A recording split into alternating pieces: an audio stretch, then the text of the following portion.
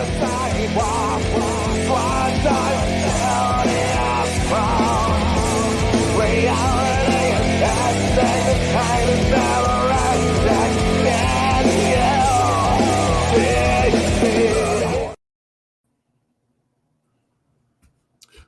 up, everybody? This is JT. You are listening to Beyond the Breakdown with Six Scars. I'm joined again tonight by my friend and great host, a great guest, as always, is Will Brawley. How you doing, man? The host?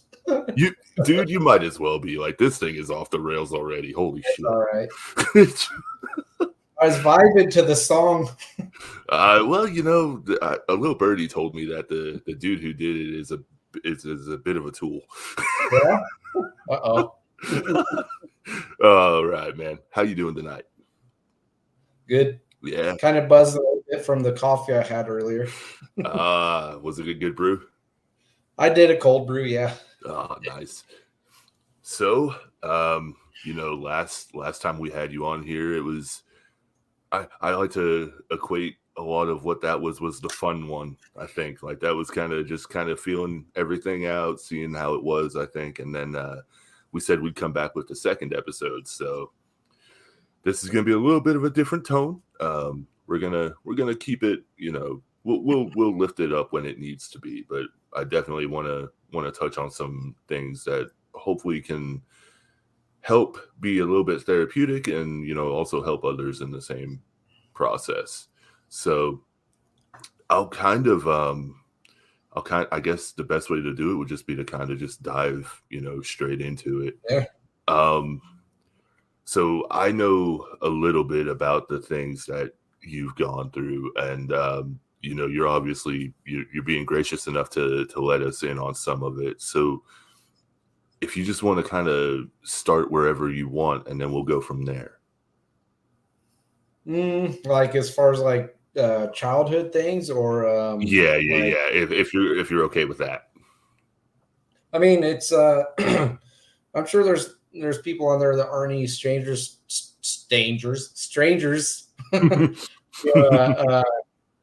like any kind of like domestic abuse, like from a parent, verbal, physical, both, or one or the other. I was kind of like a bystander in a way, as far as like what I received personally. It was a lot of me behind a closed door listening to it, you know. It was pretty jarring, pretty traumatic, but you know, a lot of it, honestly, I've kind of blocked out. It's like a blackout in my mind, right? Yeah. Like I can't really recount a whole lot in very much detail, other than it was just a lot of thumping, yelling, like, you know, just slurred verbiage from, you know, my dad, you know, just all kinds of obscenities and just horrible things that you'd hear screamed at our mom at the time, you know. And my other it'd be me and my younger brother, because we shared a room. And then where we were at the time, I mean, we lived back around the Boise, I guess you could say Boise border, but the Idaho border into Boise, in an area called Nissa, Oregon. Like it was like a desert out there, not really anything there. I can remember to as far back as that, just like kind of blurry kind of things of like the same kinds of just days of that, you know. And I would just be sitting listening, you know, wherever I'd be at. Then we eventually would move to Newport. Don't know when the year was, maybe 93, 94, 92, not real sure. Because when we left him, it was about 1995 or wait, was it 96, 96? I don't remember the year anymore. But that was a house with a lot of just dark, painful memories attached to it. Sucky thing is it was right on the Oregon coast, so there's a lot of, you know, going down to the beach, but we didn't do that a whole lot with our family just because of how things were. and I might be misremembering some of this. It's all right. It's a product of trauma. Just your brain's wanting to purposely block things out and maybe put something else in there that's not so depressing or painful. Yeah. But yeah, it's funny that when I'm asked this stuff and I'm thinking about it, my mind doesn't want to let me remember a lot of the details. Maybe that's a good thing, maybe it's not a good thing, but like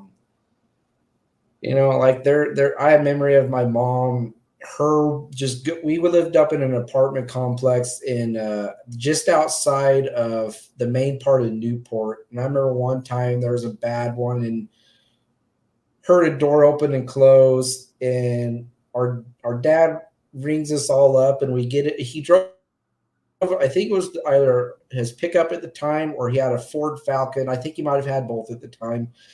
And it was just pouring down rain torrentially. And we drive down and then go up the road, and he, tracks her down on the far side, going against traffic, just wanting to get away from it. So that's a memory. And I kind of recount myself thinking, this isn't okay, for anybody to experience. And I was like, how do we get out of it? And, there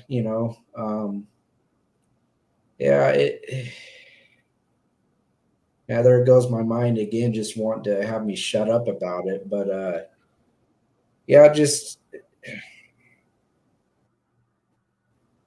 there's a lot. So I could put so we had a principal at the school that we went to in Newport who knew of our situation, right? Mm-hmm. And so he knew that we weren't well off. He knew that, we didn't have didn't have a lot of clothes. So out of his own pocket, he would help us out, or to just cheer us up. He'd take us down to the bay front in Newport, and he'd let us get yo-yos, or he'd take us to a store like Fred Meyer's or Walmart, and have us pick out shoes and clothes or toys, and just, get our mind out of what we were going through back at home, right? Mm-hmm. And he'd help our mom out. So, I mean, there's things like that when I think back to it, like people like that, for people going through any kind of trauma, are vital to have around you.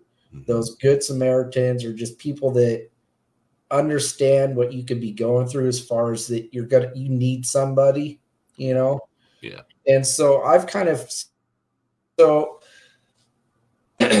I've talked about on Facebook in the past. I don't remember how long I've had you on my Facebook. I think it's been a few years, right? Yeah. I think the other day was like our actual friendship thing on Facebook for 4 years. Yeah, I saw it. And I only had one memory that it showed to reposted it. I can't remember what it was about, but if you see me post things up on my Facebook, I wouldn't, waste 2 seconds if I saw something, I'd react and I'd punch a guy's face in or anything. That's really not me, right? Me is you could say pacifist, right? That's kind of like a reference to what Liars Pacifist is, aside from what I've told you about what I see in society about people want to be a pacifist for liars instead of standing up for something that's wrong, Mm-hmm. That's kind of how I am, as far as I don't like confrontation, right? And that stems back to what I went through when I was a kid. Because when I think about confrontation, I think about violent byproduct or products from that, or violent, just what could stem from it, right? Mm-hmm. And so I do my best to avoid that if I can. But if I have to, I'll face it. There's just things in life where you can't avoid, having to. So the real Will is a person that just, he wants to help people. I want to be that ear, especially for people that have been through, a domestic abuse at the hand of a parent, or just at all, because abuse is abuse. Yeah. And if you've been through, even if you haven't, Being that ear for people that are still going through, coming to terms with it and finding their closure from it, being an ear for them is going to be very important. They may not know how to express their their gratitude for it, but it counts a lot. We had our uncles, our grandparents, aunts, friends of family when we were going through this, and when we finally got out, that were there for us.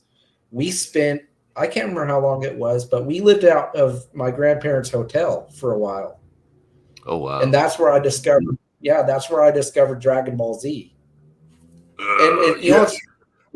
So people won't get this, but it's true. That show taught me about resilience.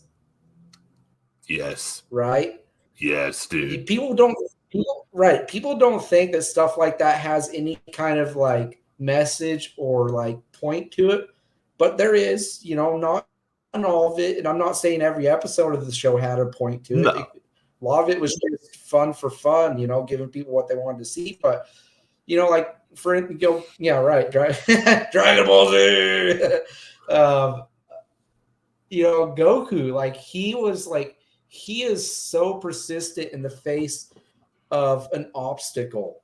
He does anything he can to overcome it. And like the way Akira wrote his character, like I didn't model that after Goku, but I was taught elements of resilience and just not backing down if you can, from that show. And so that show has an important place in my heart, right? Yeah. So, yeah, I mean, I kind of not spurred straight away from your question about, that part of my life, but No. It all ties into it. Yeah, back to the first one of this we did, where you asked what I could say to people that are in the midst, write in something like that, and I saying be strong or whatever. I say more important than that, speak up. Yeah. Don't enable your situation by staying quiet. Whatever that situation is, I understand immensely that it's not easy to do. I still have problems even speaking out about what I've dealt with, and I don't think I have closure from it, to be honest with you. I don't know if I ever will, and that's because I've refused to go and talk to him about it. Because with my brothers, all they get from him is denial. And plus his mind's kind of going, so it's like, and he's sick. And so I'm just kind of thinking, I'm pretty sure that I would be just fine if I'd ever spoke to him. Would it help me if I did speak and said my piece? Maybe. But, I have my wife and my family, my friends, friends across the states like you, to talk to and stuff. So I'd be all right. Well, I mean, you brought up the point of, not necessarily having closure from it, but also not knowing if you would want to talk to them, because there is a chance at closure, but at the same time, you don't know what you could trigger. Yeah. Who knows if I would end up. Yeah. That's fine. Yeah. Oh, no, go ahead. Yeah. I was just going to say, I don't know if I'd end up kicking his teeth in or if I'd end up giving him a hug or what, I just don't know. I understand. So, because go ahead. No, go ahead. I was going to say that part of me has a little bit of an understanding. Like, I wasn't told from our father a lot about what he went through when he was a kid, but as far as I know, his dad wasn't around. As far as I know, and he wasn't also very good to him. Or my dad had siblings. So there's that part of me that kind of like, has some empathy, but like hell do I condone or say it was all right what he did just because of what he went through. It doesn't make it okay for him to act out and deal with his trauma in the way he did with us. And that goes for anybody. I'm not going to do that with my wife or my kid, my friends, family, treat them bad just because of what I went through, you know. But I have empathy in some capacity for my dad about knowing the fact that he didn't have a lot from his, and he never dealt with it. So, you know, he chose to deal with it with anger. So Yeah. yeah. You eat Reese's while it's still in the wrapper, huh? What the hell? Is he Oh, trying to say? Yeah. You Yeah. illiterate punk. So he's saying that it's for crazy people. I mean, you know, it's to the people that talk to themselves and to inanimate objects, apparently.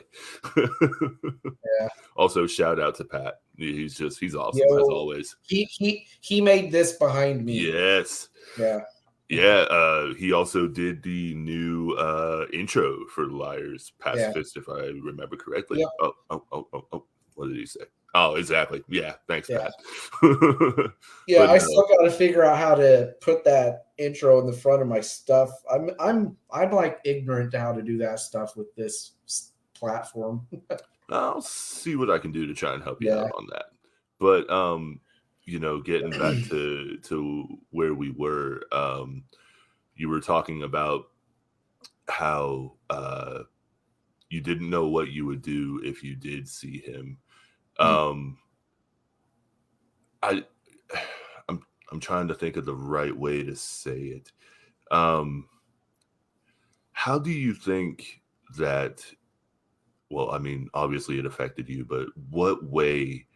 In what ways did it affect like being able to build relationships and things of that nature? So there was issues for a time, and I think even still now I can say to a capacity that where I had trouble making friends. Hey, because I didn't trust who I was talking to, right? Yeah. And I also didn't want to let him into my life and what I was going through because I thought that they would think I was a freak or that I would be needy, you know? And so it affected that, and it kind of made it to where I'm not so much a people person. But the funny thing about that is I say I'm not a people person, but I will talk to anybody. But in my head, I'm like, when is this conversation going to end? Yeah, I know. You know? So it's kind of like I'm making myself be vulnerable. I don't know if I want to say vulnerable, but I'm making myself be approachable. Yeah. Like I've been told that I'm approachable, you know. Did it blow your mind? I mean, I would think to myself, if only they knew my head, you know, then I'm standing here thinking to myself, get away from me. Right. You know, So I could only imagine like during the pandemic. Yeah. Well, that was kind of, so no, I don't think I want to say that. People are going to be like, that's just insensitive, man. So I'll just we'll save that for an off the air thing. Yeah. So it did affect how I spoke to people, how I thought people perceived me. Kind of made me feel like nobody has good intentions to a point. Yeah. It affected me wanting to be intimate in a relationship as far as like finding somebody for the longest time, because I was mid-20s when I met my wife, and I could say I was finally getting to that point where I felt like I could let somebody in. And there's still to a point where I haven't said everything right with her to her about my childhood and stuff, but she knows the majority of what it was to know that me, you know. And that it also affected me being very apprehensive about being a dad, right? I wanted to be a dad, like bad, you know, like bad. But I also was afraid of passing anything on, you know? Generational And so, curse. but I was like, right. So I'm like, you know what? I'm not going to rob myself of the joys of being a father because of what I went through, you know? And I'm glad that I decided that and just said, you know what? No. Find love, build a family, despite what I went through, you're not going to be the same way as what you knew or what I knew. But I do catch myself kind of thinking to myself, if there's anything that I am doing with my son or my wife that I might have seen my dad do, but I'm not like consciously aware of it somehow. But I tell myself, shut up. That's just going to get you in a depressive mood, putting yourself in that state of mind. So I guess that's how I'd answer your question about how it's affected making relationships and stuff. So, I mean, branching off of how it affected your relationships, you were saying that, it's hard to cultivate friendships, and things like that. So how did music really play a part in that era for you? So I'm sure you've done this now or when you were a kid where I would listen to so before I listened to the stuff I do now, my gateway was people like Ted Nugent or Jimi Hendrix, Michael Jackson, Tom Petty, things like that. A lot of others. So yeah.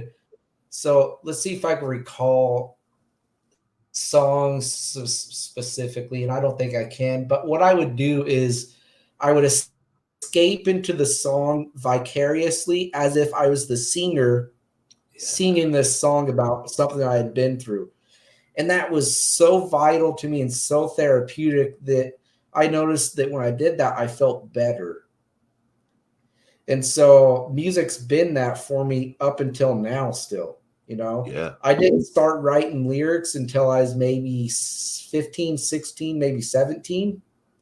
I sat down one time and I'm like, wrote something out. Probably looked like crap to somebody else, but I'm pretty sure the first thing I wrote about was what I went through, right? Yeah. Couldn't tell you what the words were, what I titled it. It's probably some angsty, title, but music's just, I think me and Aaron touched on it pretty good about how music is just this it's like an escape without leaving, right? Yeah. I don't know if that's a good way to put it, but that's kind of I get it. How I feel about it. Because, like then I started to find music like Linkin Park. And the funny story with Linkin Park, I was asked by one of my cousins. We were in the back of, I want to say either my mom, she was driving us somewhere and we had our cousins with us, or we were with one of our cousins that could drive. And they brought up Linkin Park, and it was before I knew who they were, but the name to me sounded like it was some rapper, and I hated rap back then. I would just badmouth rap all day, every day, unless it was something like Beastie Boys or Gangster's Paradise, something that actually had some kind of meaning or like meaning behind the lyrics to it. And then when I finally actually heard Linkin Park,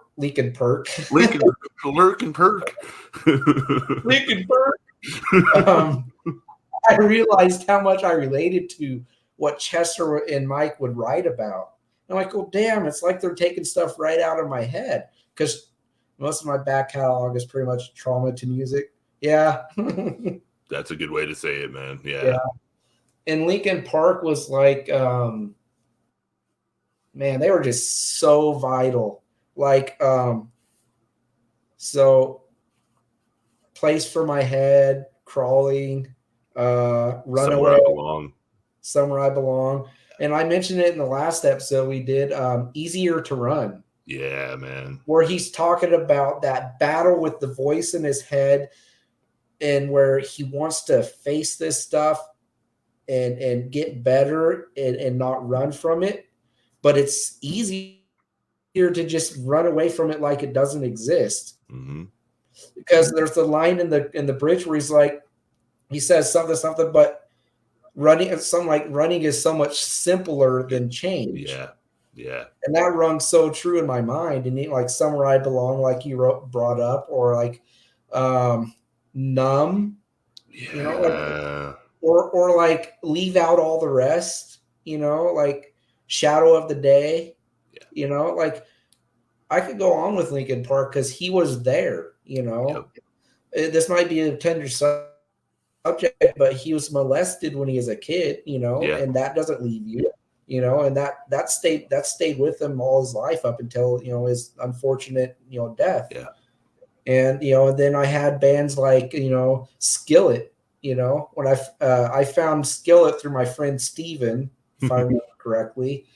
And then there's bands like Trust Company, you know, Stabbing Westward. Although, you know, Chris wrote about a wide spectrum of topics, so it wasn't just the angsty stuff that he had write about, right? But Nine Inch Nails, believe it or not, people might not think about Trent, but that kind of way, but he went through stuff too. And maybe in an obscure way, he wrote about trauma too, you know? Yeah. Oh yeah. So like people thought that he just wrote about drug use all the time or like just hating the world. And he wrote about that stuff, you know, he did, but he also wrote about other stuff like expressing his mind and how he wanted to heal, you know. But yeah, music is just, it's that thing, you know. A lot of people, you know, they don't think about it, but I mean, Trent wrote Hurt. I mean, look at the lyrics of that. And that's, I mean, you know, probably one of the best examples for Nine Inch Nails that I can reference anybody to that thinks that Trent was just this angry person at the world, at himself, that didn't have any kind of empathy or understanding of how he may have treated people, or, you know, he got it. He knew. Yeah. He knew that the world wasn't absolute garbage all the time, and not everybody in it was. And Hurt touched on stuff like that, you know, where he had regret about how he may have treated people, and how he wanted to be better than it, you know. That's a great, that song. It's funny that some people still think Johnny Cash wrote it. There's a reason why he chose that song to cover it, to reference his life.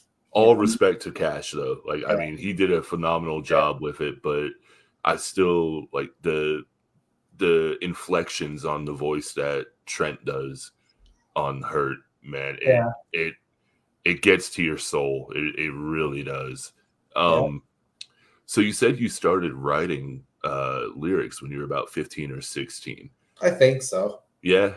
So do you think when you were envisioning being the singer, do you think that's kind of where it started to formulate up in your brain? I think so, because I started to think, you know what? I know what words are. I talk. This might seem silly. I read books. You know, I read the why am I spacing what you call it? The books, the CD inserts that come with the lyrics. Oh yeah, like the album booklets.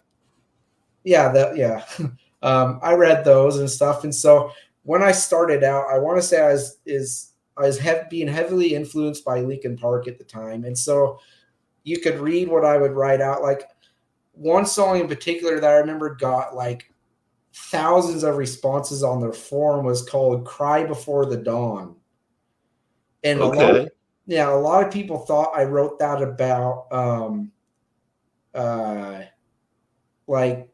like a societal breakdown, or like I can't remember exactly, but I was writing about the final time I would mourn my childhood and finally rise above it, right? Wow. Yeah. So for like, not to say that every 15, 16, 17-year-old couldn't write something deep or profound like that, you know, or influence of a band like Linkin Park, because let's be fair, not everybody thought that they wrote the deepest stuff, but it was deep. So, you know, some of that came from me envisioning being the singer in like a band like Motley Crue or Def Leppard, Poison, or Metallica, Megadeth, or because that's what I listened to when I was really young, you know. But definitely it did kind of spur wanting to write. So, and sing. I still don't think I'm the greatest, but you know what? Yeah. So That's not the point. So, so obviously not necessarily changing subjects, but just branching off of it.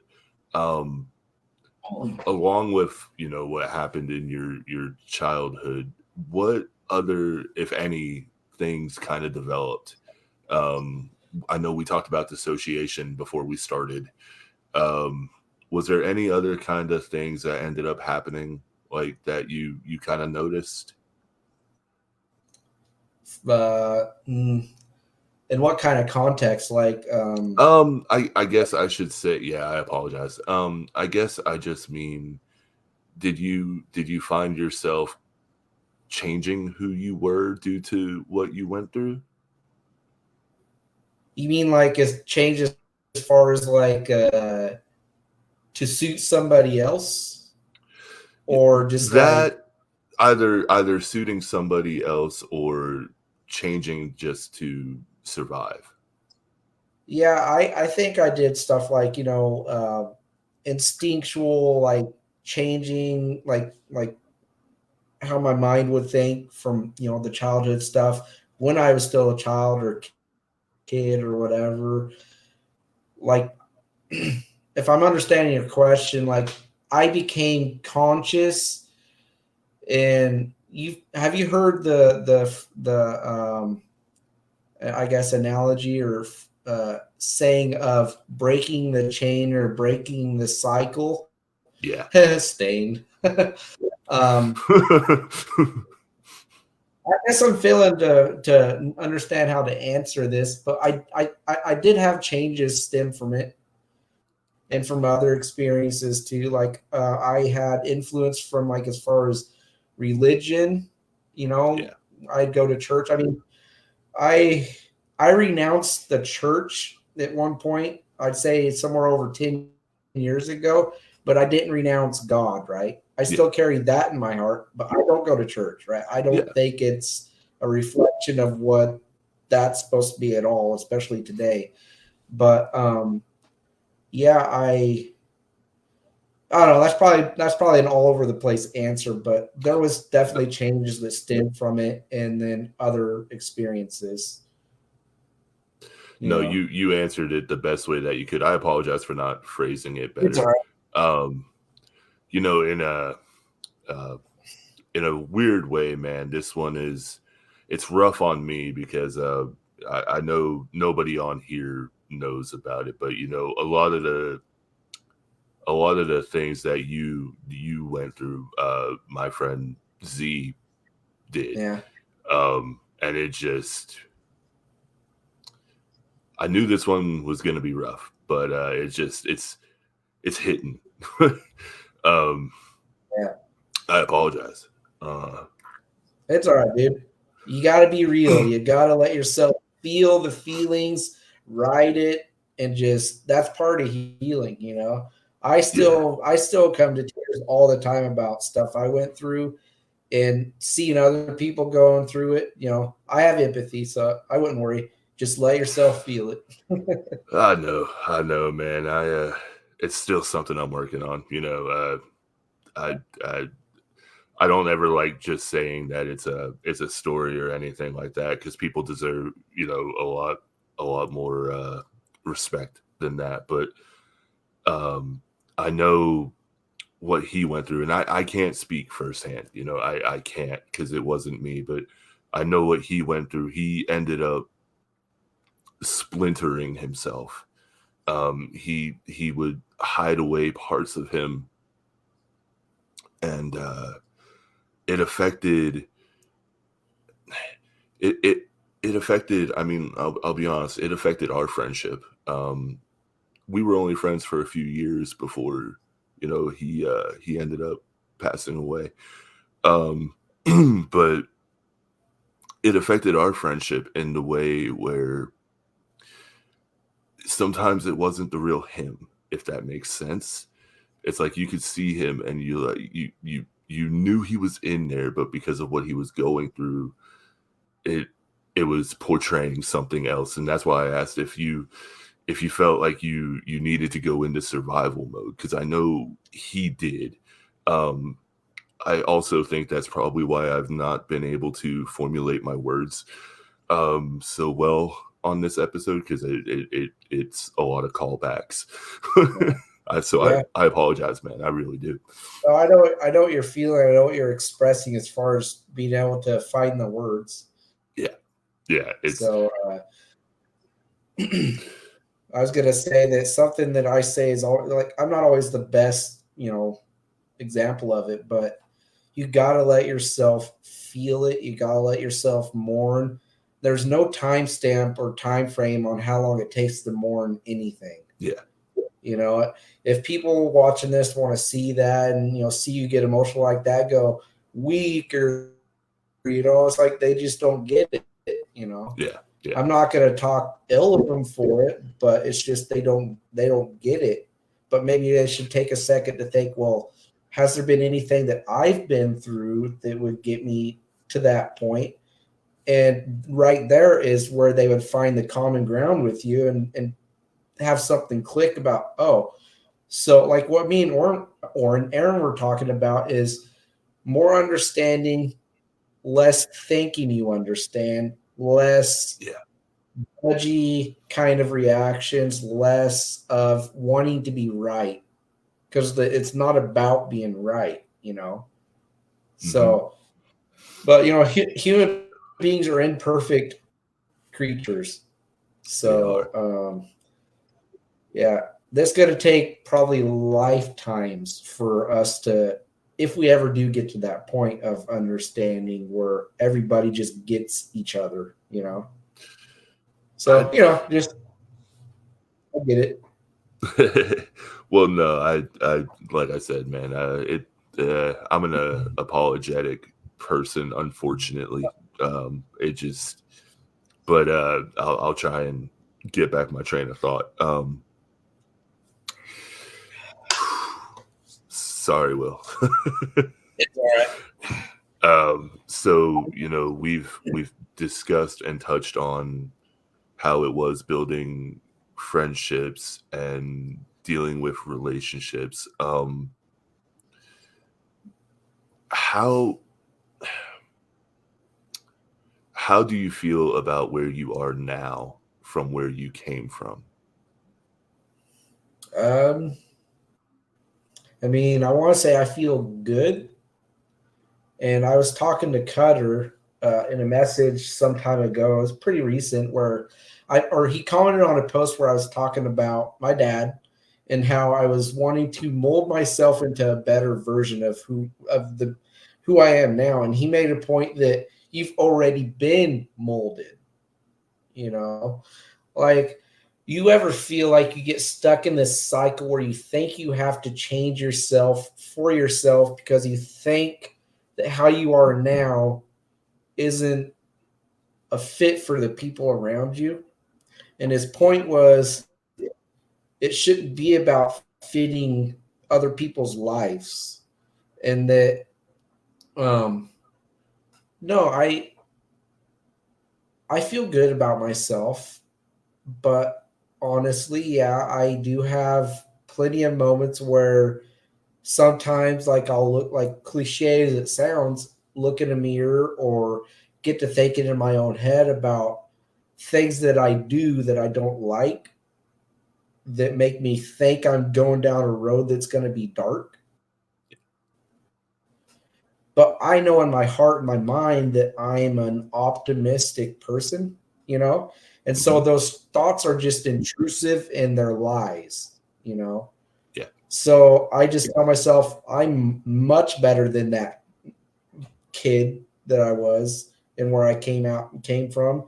And as crappy as that situation was, I don't know if I'd be who I am and how I am now if I hadn't been through what I was.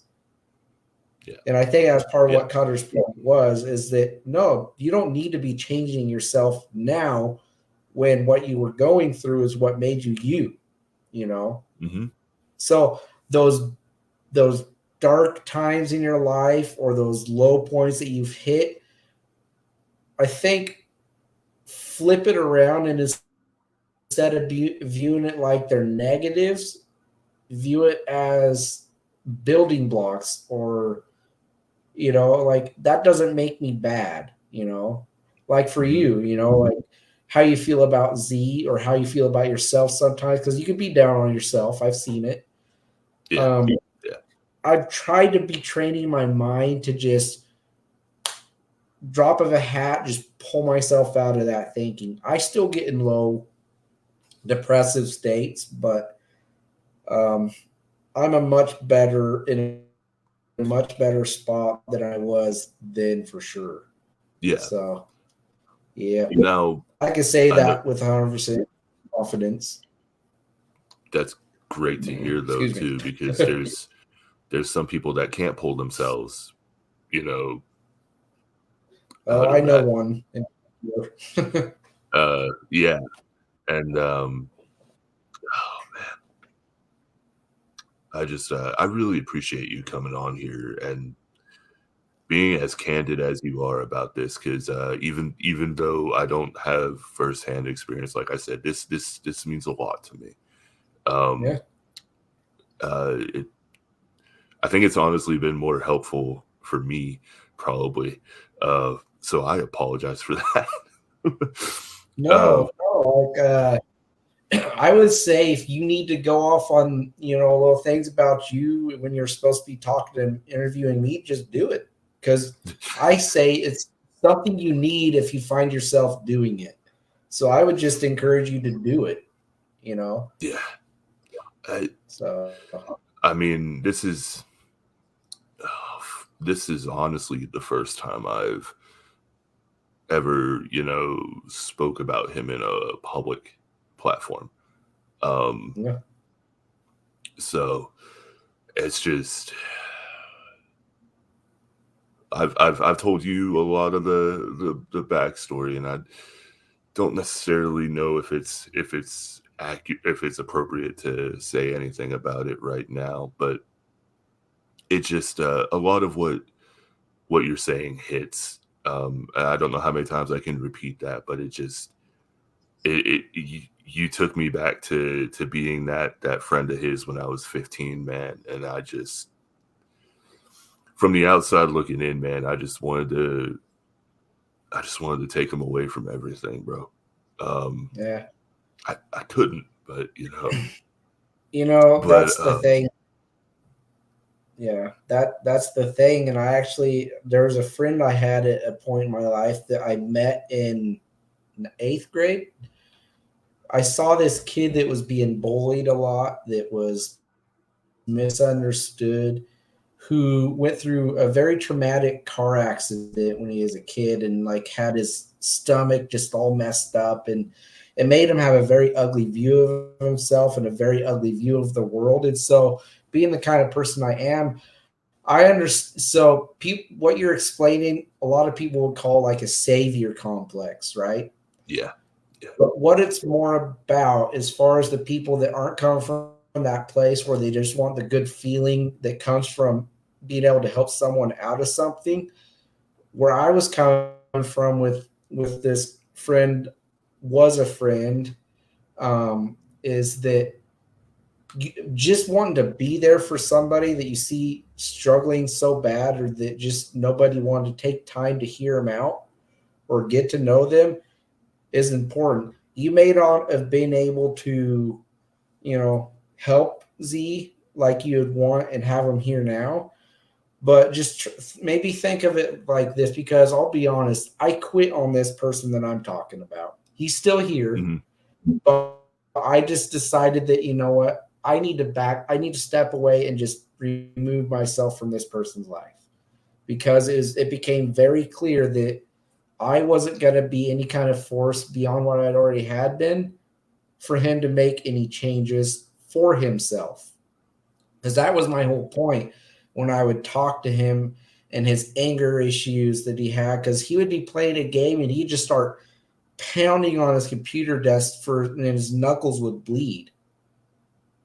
and I just have to excuse myself from his house and go home because I just didn't want to be around it. Yeah. I would try and talk him down, but most of the time it just wouldn't work. So just maybe think of it this way. You may not have been inside of Z's head, but there's probably a part of him with what you were trying to be for him that he appreciated, that did help in ways that he might not have been able to express to you. Yeah. And him leaving, I very highly doubt had anything to do with what you did. I mean, that might be a stretch to say, but that's just sometimes how it goes, right? You're not able to get through. Yeah. Yeah. And so I'll say, one more part of with Z, but I know he appreciated what I did because I was fortunate enough to be the last person he spoke to. But yeah, we were talking about how the trauma, what Cutter was saying, how the trauma molded you. And me and my friend, we often talk about, if we could go back in time and change things, would we do it? But we also talk about the butterfly effect, where it's like you change one little thing and you don't know what you could be. And it's like, it's like Chris said, most of his music is his trauma in music form. And it's like, yeah, I can tell. Yeah. And you take that away. And I mean, I feel like we're talking to two completely different individuals right now. So I guess obviously writing has helped you. I'm trying to formulate. Man, I apologize, everybody. I really do. This one is. This one's got me all jacked up. So I apologize.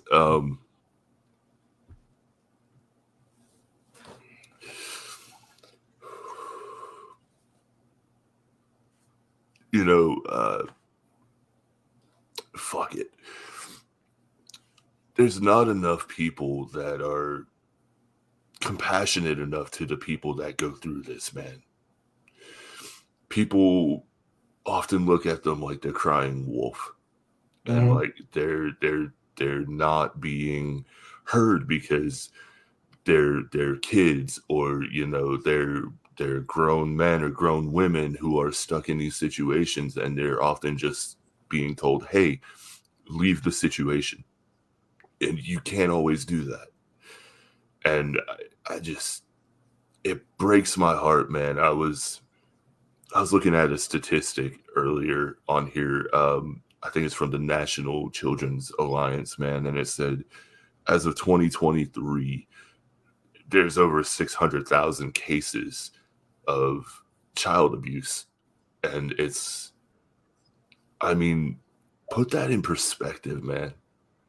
Like that fucking is frightening, dude. Yeah. Like the amount of silent screams, I guess, would be the right way to say it, man. And it's like they're just going unheard. And even when they are going to somebody, I feel like, they're not being taken seriously. And what if you could do anything to change that, what do you think would be a good way to go about doing it?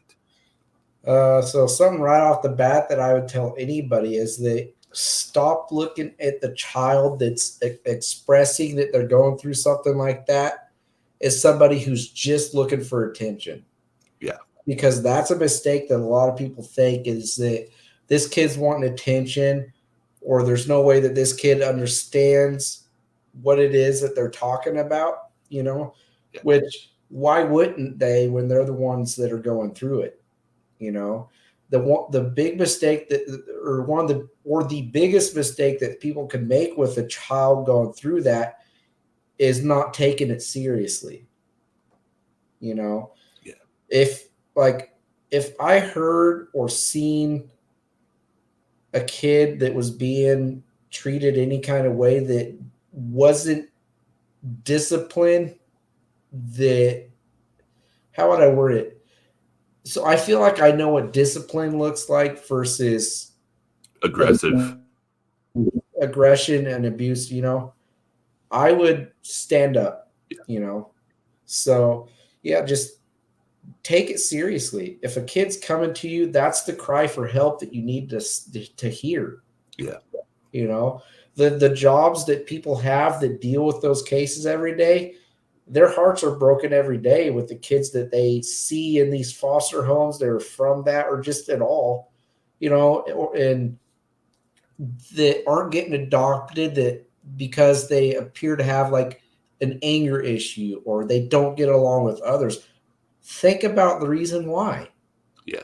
They think it's because they don't want to get along with people. No, what they're doing is they're pushing people away because they're afraid that the person's going to just treat them the same way as what they already know. Mm-hmm. They don't get this. It's just a defense mechanism for survival. I did that. I maybe wasn't a violent kid, but I acted out in my own ways. I would have screaming matches with my mom. I'm not proud of that, but it all stemmed from what I was a product of, right? Yeah. So just having that understanding, sitting down with the kid and just hearing them out and showing them that there's compassion and empathy, and that just stop looking at them like they're just some kid that's just out for attention and thinks it's funny to put their parents or whoever that might be doing this to them under a flame or over a flame, Mm-hmm. lighting their ass up or whatever you would call it, like Mm-hmm. getting them in trouble, or I don't know, just listen, hear them, You don't do them any favors thinking that they're just crying wolf, like you said, that's a mistake.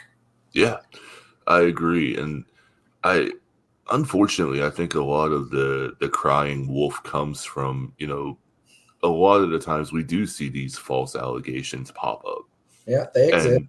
And there are genuinely good people that get dragged through the mud over these accusations, but there's also so many more cases where it's actually true. And because of the people that are saying that it's not happening, those get overlooked, and those are the ones that are often sometimes too late to be fixed. Mm-hmm. I know we're coming up on an hour. Do I have you for a little bit longer, or do you gotta wrap it up here in a minute? Probably fine for a while, a little bit. Fine for a while? All right, man. So I apologize, man. This has been, like I said, I knew what I was getting into. I didn't expect myself to react this way. bit of a horrible host over here. So it's called being real, human. Yeah, I know. So you obviously grew out of that environment and you're flourishing, I think, honestly. Every time I talk to you, you like you said, you're the ultimate optimistic person, in my opinion, man. Like you always try to look at the glass half full, in my opinion. I don't think you were always that way, because we were talking about it earlier, but how did that mindset really help shift from everything that happened? Just the desire to be better than it all. Yeah. Be that force of understanding for other people that are in it and, going through it. You can't, I guess I had a really early understanding that if I wanted to be different from what he was, then I needed to start working on that now. Yeah. When I was a kid, and so I'm like, so I don't like all this angry yelling and just this, all that bad, I guess. So my choice was to just decide at some point when I was young that I'm just going to try and be as happy as I can be and as optimistic as I can be, because I feel like that will serve me better in life than just letting everything get to me and get under my skin. And not saying that things don't or can't, because it does still happen, but I feel like because of the mindset that I got, that I may be a little bit better equipped than other people to deal with it and understand the steps I need to take to just put it to bed, I guess, and be done with it. So yeah, just it was a choice early on. I wanted to be different than what I knew. And I think that's for a lot of people would probably say that from different walks of life, it's just, you make the choice and doesn't always stick. Sometimes I guess you could use the term for addicts that, you relapse into what you were once, the lifestyle or, your experience from another part of your life or time of your life. Yeah. So it's not always the easiest thing to do. I mean, thinking back, I'm like, well, was it easy for me to switch my mind like that and just mold it around optimism and stuff? I couldn't tell you, honestly. I was pretty young. But maybe it was a survival thing, an instinctual thing to do. Like, part of me just knew what I needed to do for me. So you said that you think it might have been a survival thing. Do you think it was to keep your mind away from the negativity that was going on, that you just became the ultimate optimist?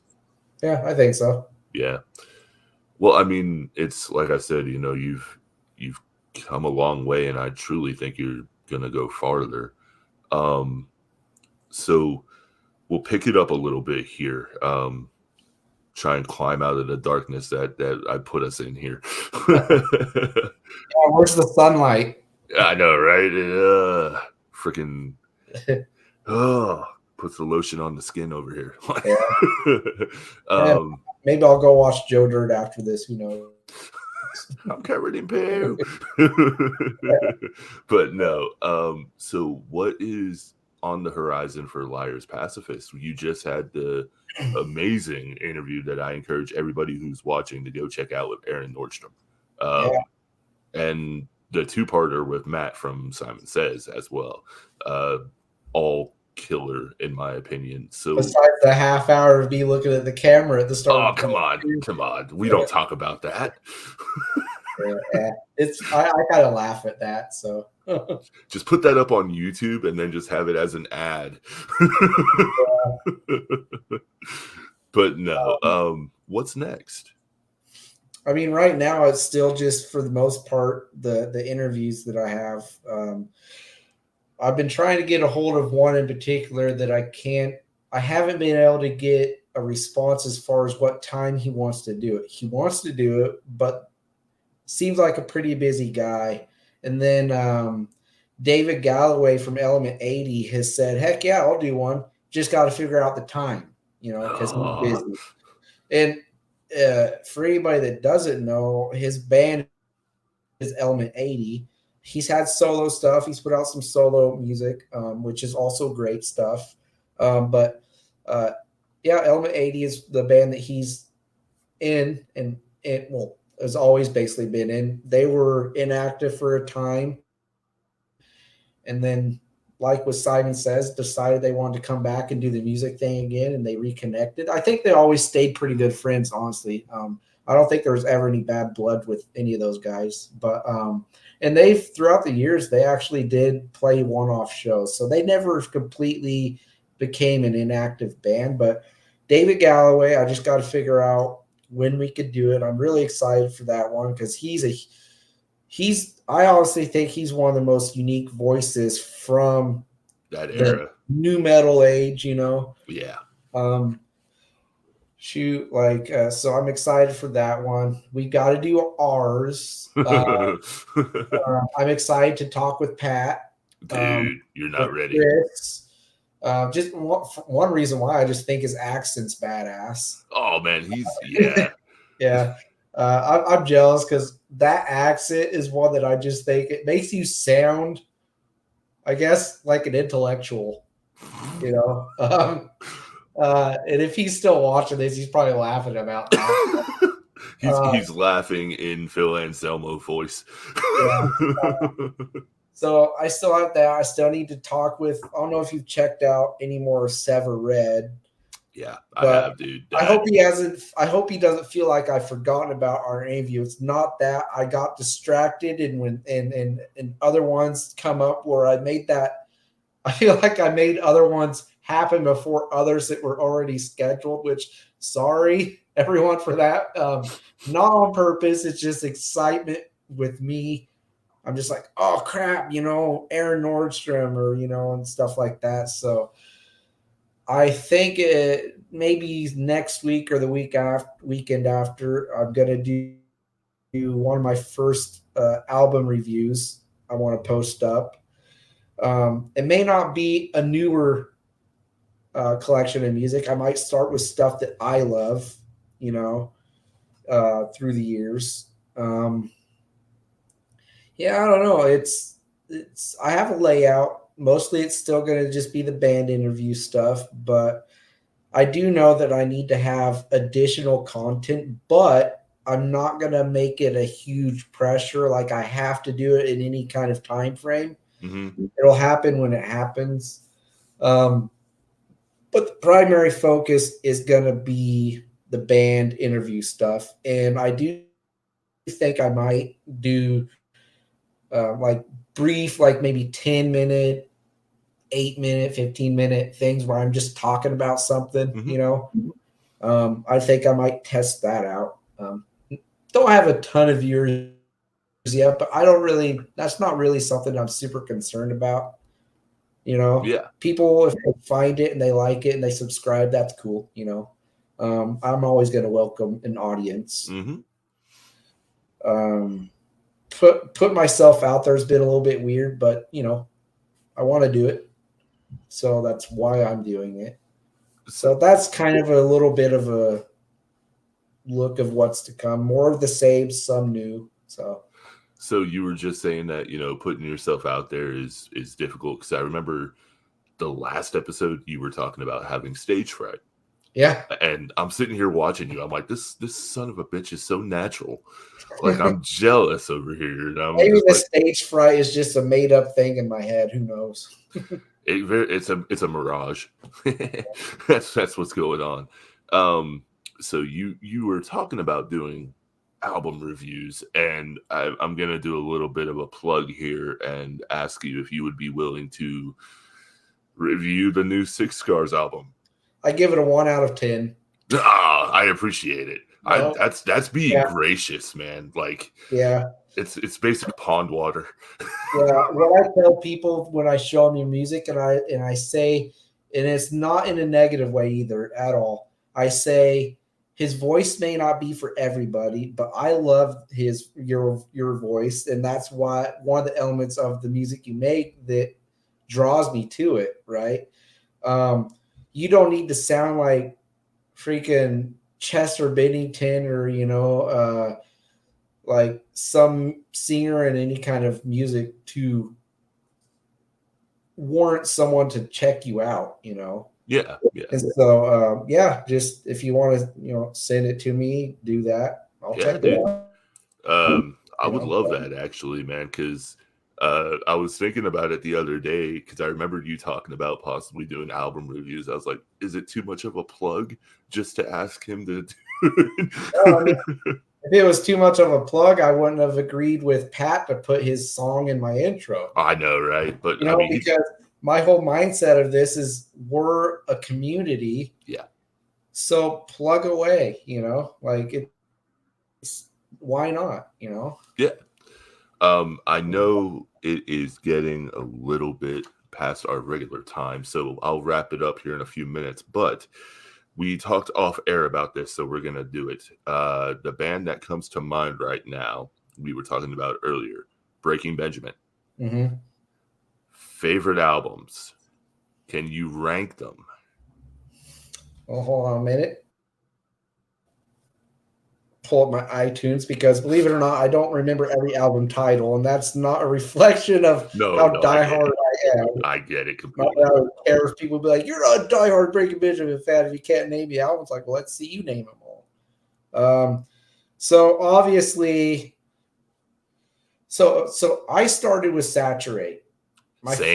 My friend Kyle's parents bought him Saturate for one of his birthdays, and Polyamorous was the first song I'd ever heard from Breaking Benjamin.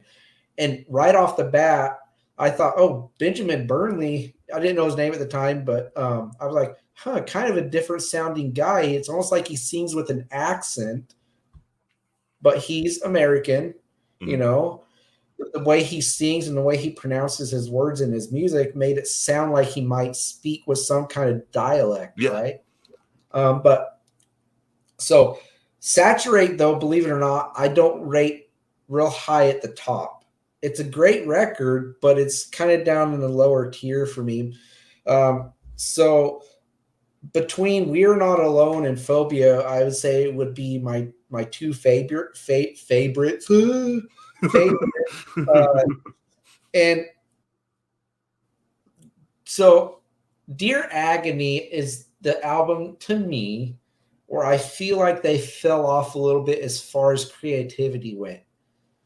But I say that with complete respect of the album and knowing that it came at the time from a place from Ben where he was going through something pretty difficult with the illness that he had. Yeah. That's why it's called Dear Agony, and the album cover is a scan of his brain. Yep, I was getting ready to say that. So I got what the album was about, but the music itself, not all of it. I didn't dislike the sound of it. It just kind of, I felt like it could have been done not bigger, but just. I thought it was kind of a lot of same kind of sounding stuff on that record. Yeah. But then also I love Ember. Their most recent full electric album I thought was real, like some of their heaviest stuff too. Oh yeah, dude.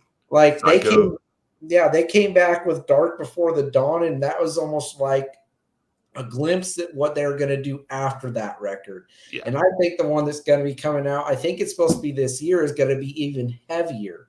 I'm hoping, man. I'm really hoping. So, yeah, they're actually a band that's been pretty important to me, obviously.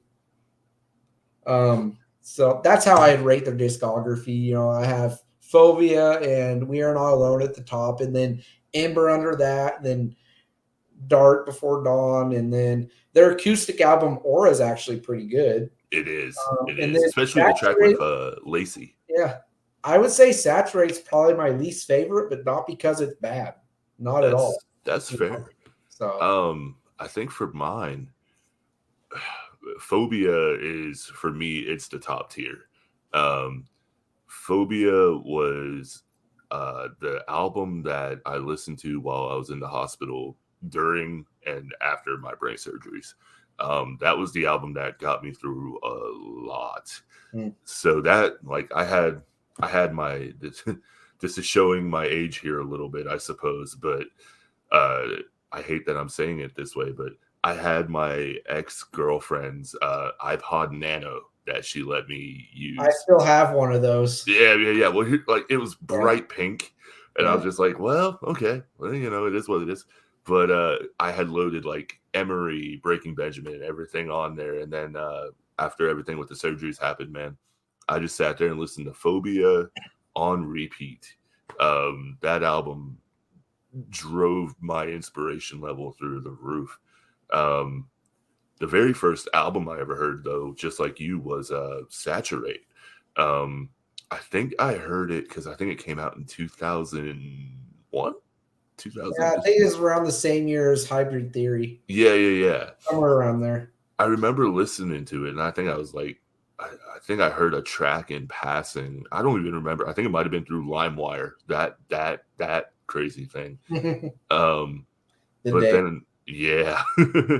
Then I also found I used to play a bunch of wrestling games, and they had Polyamorous on Day of Reckoning for WWE, along with it was a bonus track off of the We Are Not Alone, Ordinary Man. Yeah. Yeah, dude. Yeah. Nobody talks about that track. I'm sorry, but nobody does. So anyway, going back to the ranking, for me, it goes Phobia at the top, and then I would probably say We Are Not Alone right below it.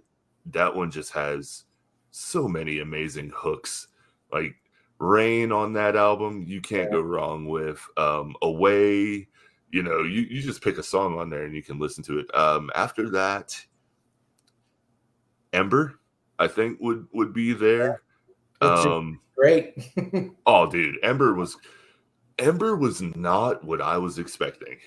That I'll say that. To be honest, Dark Before Dawn is probably my least favorite. Yeah.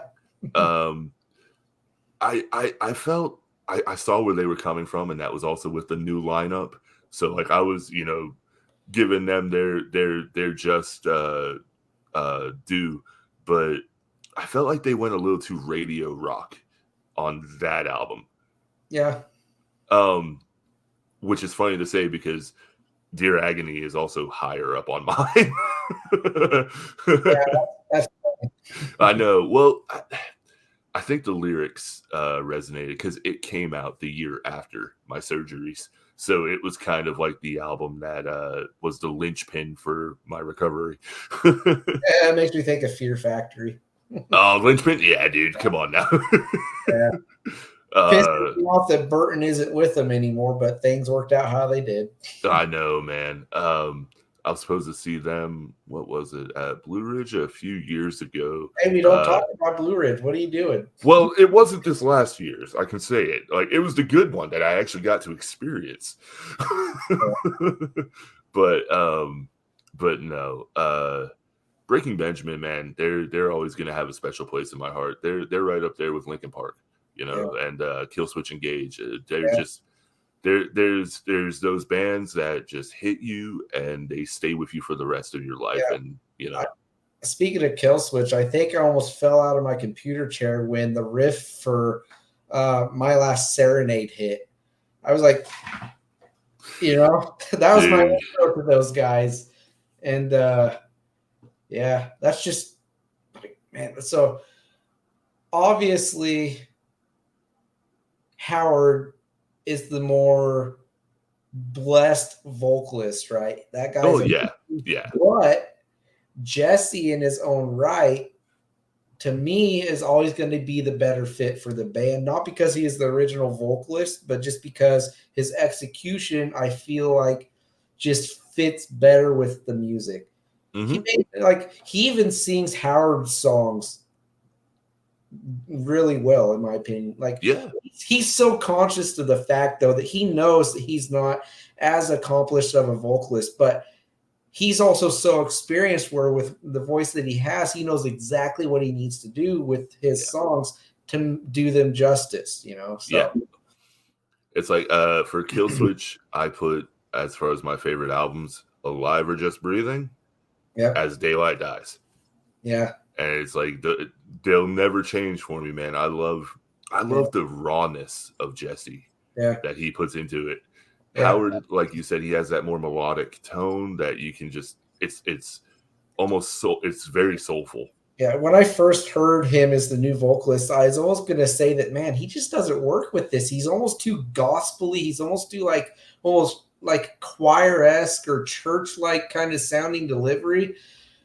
But then I was like, okay, no. Open your mind, give it a chance, give it time. And then I found myself, especially when End of Heartache come out, I'm like, man, that's a good song. Or Rose of Chiron, I think it's called. Sharon.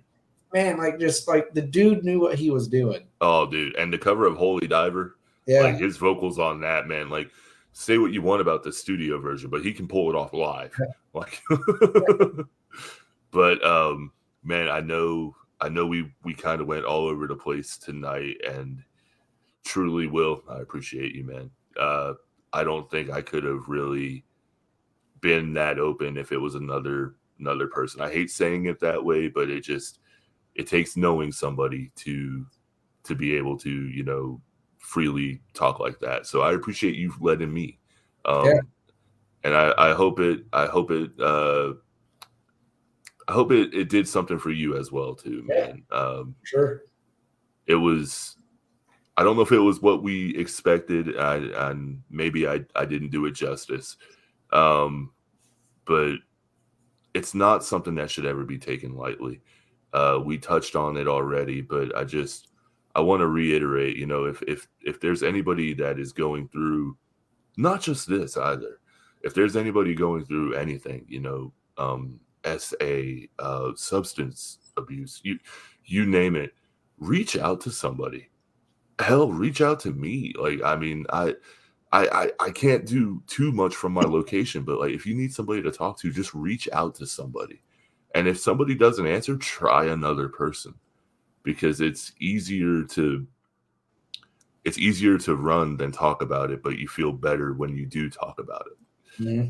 And I think ultimately, man, I kind of want that to be the message of this episode, is just, you know, it's not easy, but it needs to be done, and it needs to be talked about, and it needs to be discussed, because there's not enough discussion about it, man. There really isn't, and it just sucks. But yeah, I know this was a heavy episode, and man, I'm grateful for you, Will. Truly. Yeah, no problem. And you know, man, anytime you ever want to come back on, I don't care if you're a freaking guest host, we'll get another person on here. Let's get Pat. Let's just roast him. Well, I did say that we should try doing a one where it's got 4 of us or 3 of us talking about things, you know. Yeah, I would love to do that, honestly. Hopefully I can get that going at some point. We could call it Beyond the Breakdown Podcast, The Cage. Cage match. Who's gonna tap out or submit first? But no, man, I will let you go, and truly just thank you, man. Thank you for letting me be me. Like, very welcome.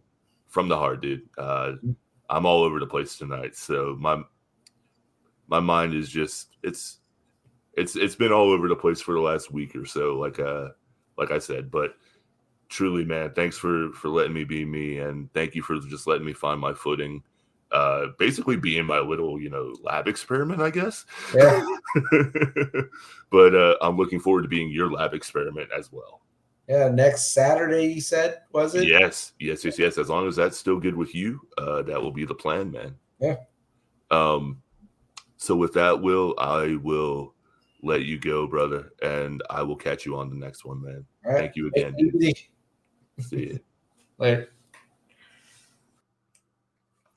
So, guys, I don't have the words to say. I feel bad. Genuinely, I feel bad that my mind was distracted tonight. Will deserves absolutely all the credit and admiration for being willing to talk about what he went through. He knows a little bit more of what I was discussing tonight, and he understands, but I still feel guilty for not being able to be as present in this episode. This is just a topic that, you know, not a lot of people really get to see this side of me, I guess. So I feel bad. But I will do better. That's what I'll say. I will do better. I will make sure I do better on this.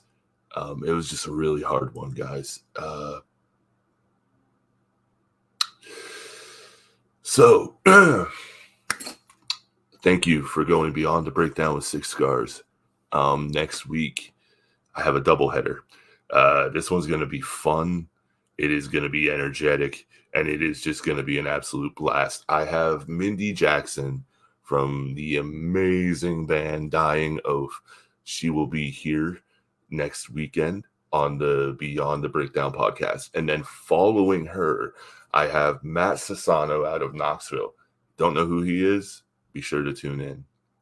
Thank you from the heart, guys. You all are watching, and you're seeing me fumble. You're seeing me grow as I hope what is a heartfelt host. And I never want it to be misconstrued that I'm not.